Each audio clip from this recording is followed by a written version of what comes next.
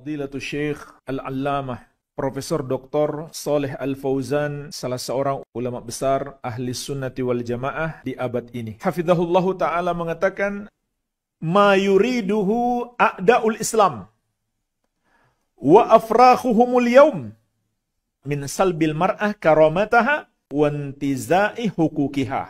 Apa yang diinginkan oleh musuh-musuh Islam dan para pengikut mereka, mengaku muslim, tapi menjadi pengikut musuh Islam, pembantu musuh Islam,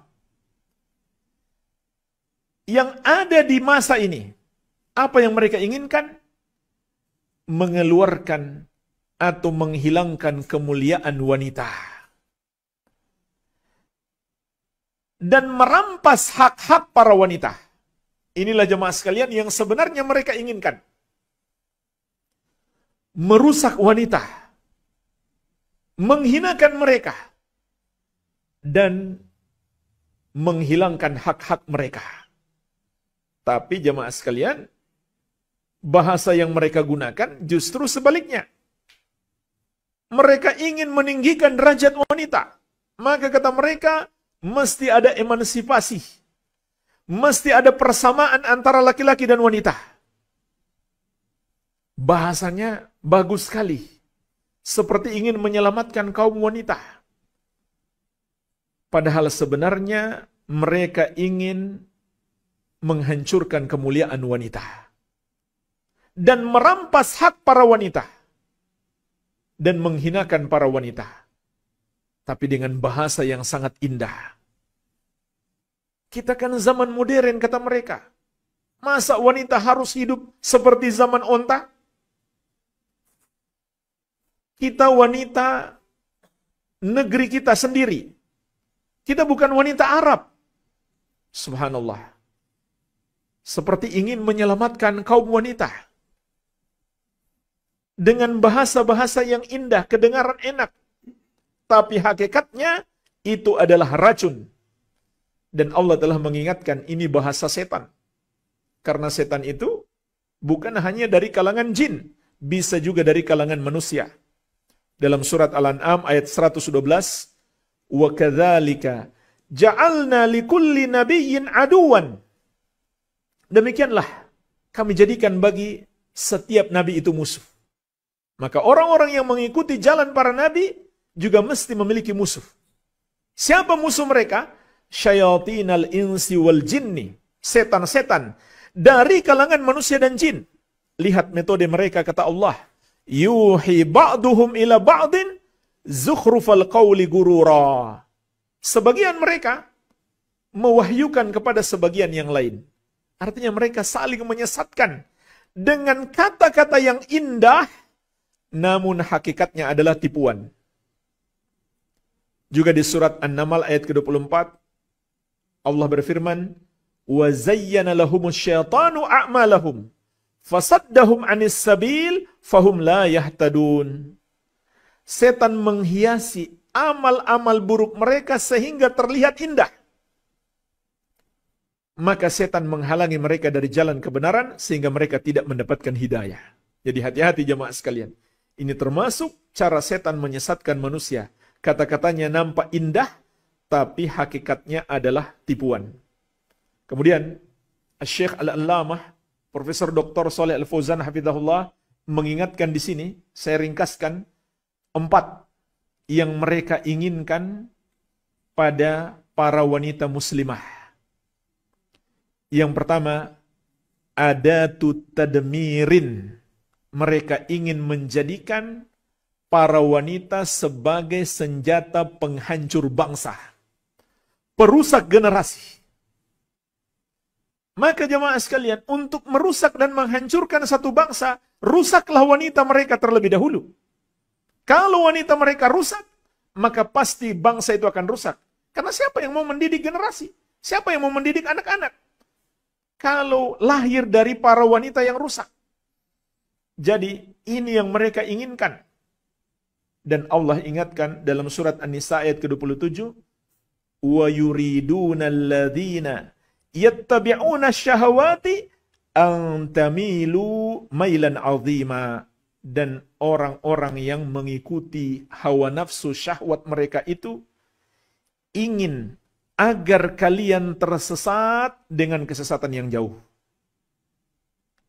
Rasulullah SAW juga pernah mengingatkan, "Ma taraktu ba'di fitnatan adarra 'ala rijal minan nisa." Tidaklah aku tinggalkan fitnah, cobaan yang lebih berbahaya bagi kaum laki-laki daripada kaum wanita.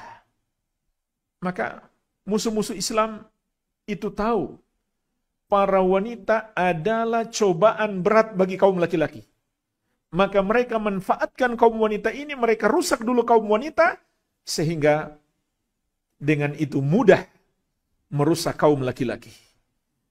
Tersebarlah berbagai macam hubungan-hubungan terlarang antara laki-laki dan wanita. Ini yang pertama, yang mereka inginkan. Yang kedua, mereka inginkan para wanita itu menjadi sil'atun rakhisah, barang dagangan yang murah, yang dapat dinikmati oleh semua pengikut hawa nafsu, yang dengan bebas, terbuka, terlihat dengan mudah di mana-mana. Hampir dalam setiap bidang pekerjaan, sampai pada produk barang-barang, mesti ditampilkan wanita untuk menarik kaum laki-laki. Jadi mereka jadikan wanita itu sebagai barang dagangan yang murah untuk melariskan barang dagangan mereka. Maka mereka manfaatkan kaum wanita. Ini yang mereka inginkan, jemaah sekalian. Keuntungan dunia sekaligus untuk merusak para wanita. Kita melihat dalam berbagai macam produk mesti ada para wanita. Dalam berbagai macam iklan mesti ditampilkan para wanita. Dan seterusnya. Ini penghinaan kepada wanita. Bukan sebuah pemuliaan. Ini penghinaan kepada wanita. Seakan wanita itu bagaikan barang yang murah sekali. Dan Allah Azza wa Jalla telah mengingatkan melalui lisan Rasulnya sallallahu alaihi wasallam, "Sinfani min ahlin nari lam arahuma." Kata Nabi sallallahu alaihi wasallam, ada dua golongan penghuni neraka yang belum aku lihat. Salah satunya adalah nisaun kasiyatun ariyat, wanita-wanita yang berpakaian tapi telanjang. Artinya mereka berpakaian tapi tidak menutup aurat dengan baik. Maka mereka itulah, kata Nabi SAW, penghuni neraka yang belum aku lihat. Para wanita yang berpakaian tapi telanjang. Dan bagaimana bisa kaum laki-laki menundukkan pandangan kalau para wanita dijadikan barang dagangan? Dalam setiap produk mesti ada wanita. Padahal Allah Azza wa Jalla berfirman, "Kullil mu'minina yaghuddu min absarihim wa yahfadhu furujahum, dzalika azka lahum." Katakan kepada laki-laki yang beriman, hendaklah mereka menundukkan pandangan mereka dan memelihara kemaluan mereka. Yang demikian itu lebih suci bagi mereka.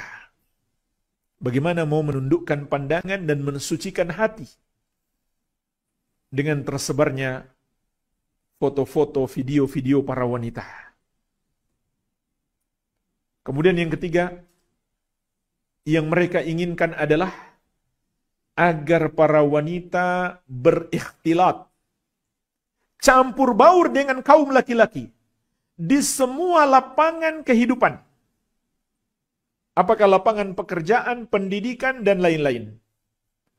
Mereka ingin kaum wanita bercampur baur dengan kaum laki-laki, agar terjadi berbagai macam musibah dan malapetaka. Terjadi hubungan-hubungan terlarang dan berbagai macam dosa. Padahal dalam surat Al-Ahzab ayat ke-53 Allah berfirman, "Wa idza sa'altumuhunna mata'an." Dan apabila kalian meminta sesuatu dari para istri Nabi, "Fas'aluhunna min wara'i hijabin." Maka mintalah dari belakang hijab, dari balik hijab. "Dzalikum athharu liqulubikum wa qulubihinna." Yang demikian itu lebih suci bagi hatimu dan hati mereka.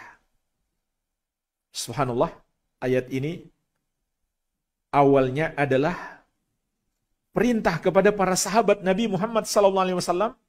Kalau berinteraksi dengan istri-istri Nabi, hendaklah dari balik hijab.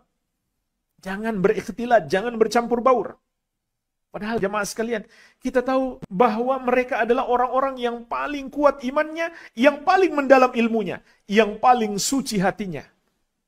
Tapi Allah memerintahkan mereka untuk tetap menjaga kesucian hati dengan cara menjauhi ikhtilat. Bagaimana dengan kita? Yang ilmunya sedikit, imannya lemah, dan hatinya banyak kekotoran. Tentu kita yang lebih butuh untuk menjauhi ikhtilat. Kemudian yang keempat, kata Syekh, yang mereka inginkan juga dari para wanita, ketika para wanita itu keluar dari rumah, bergabung dengan kaum laki-laki di berbagai lapangan pekerjaan, maka akan muncul berbagai dampak bahayanya. Bahaya bagi suaminya dan bahaya bagi anak-anaknya. Suami tidak terurus dengan baik. Anak-anak tidak diberi pendidikan yang terbaik dari seorang ibu yang cerdas. Kecerdasan seorang ibu ini hanya digunakan untuk bekerja. Tidak digunakan secara maksimal untuk mendidik generasi. Lalu siapa yang mendidik anak-anaknya? Para pembantu. Para pembantu wanita ini pun masuk ke dalam rumah dan tidak ada batasannya dalam pergaulan dengan kaum laki-laki. Tidak ada hijab dan seterusnya. Maka terjadi berbagai macam musibah dan malapetaka. Jadi mudaratnya besar sekali. Yang terjadi di rumah ketika wanita harus keluar dan memenuhi semua lapangan pekerjaan. Ini yang diinginkan oleh musuh-musuh Islam. Di antara mudarat, kalau wanita juga ikut keluar, itu akan mempersempit lapangan pekerjaan. Karena mereka juga ikut meramaikan lapangan-lapangan pekerjaan sehingga kaum laki-laki malah jadi sulit cari kerja. Ini 4 yang saya ringkaskan dari penjelasan penulis hafizahullah ta'ala.